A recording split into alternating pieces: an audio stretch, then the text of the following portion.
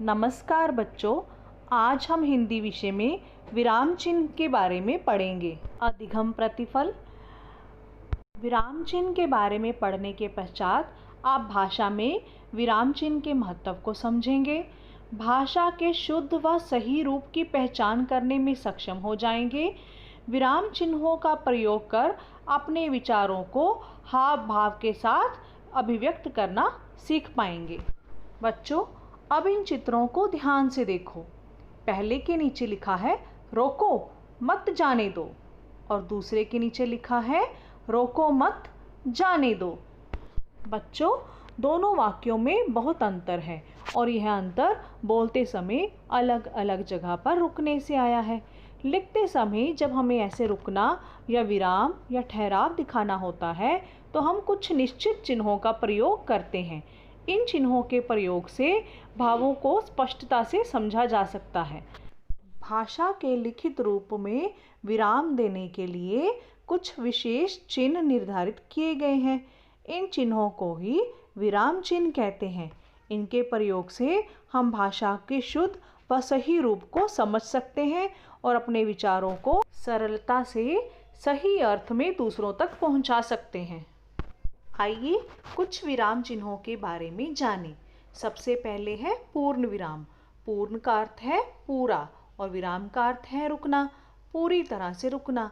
जहाँ बात समाप्त होती है या वाक्य समाप्त होता है तो उसके अंत में जिस चिन्ह का प्रयोग किया जाता है उसे पूर्ण विराम कहते हैं। जैसे मोहन बाजार गया, बच्चा सो रहा है, माताजी खाना बना रही हैं। इन तीनों वाक्यों के अंत में पूर्ण विराम का प्रयोग किया गया है। दूसरा विराम चिन्ह है अल्प विराम। अल्प का अर्थ है थोड़ा या कुछ और विराम का अर्थ है रुकना।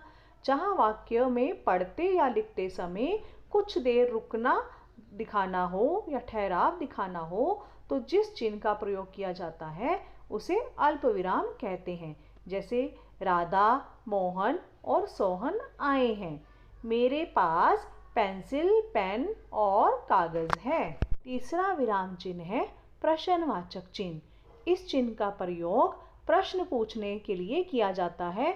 जिस वाक्य में कोई प्रश्न पूछा जाता है तो उस वाक्य के अंत में प्रश्न सूचक चिन्ह का प्रयोग किया जाता है। जैसे तुम कौन हो, तुम्हारा नाम क्या है, तुम कहाँ जा रहे हो।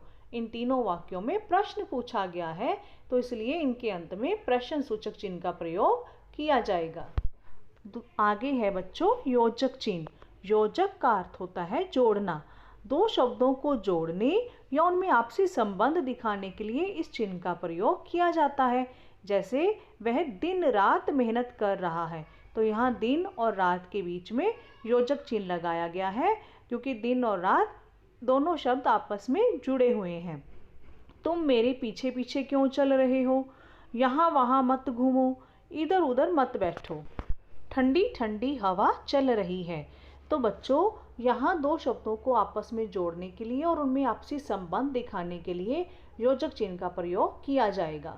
तो आओ बच्चों, अब आप भी कुछ अभ्यास करो और निम्न वाक्यों में विराम चिन्ह का प्रयोग करो।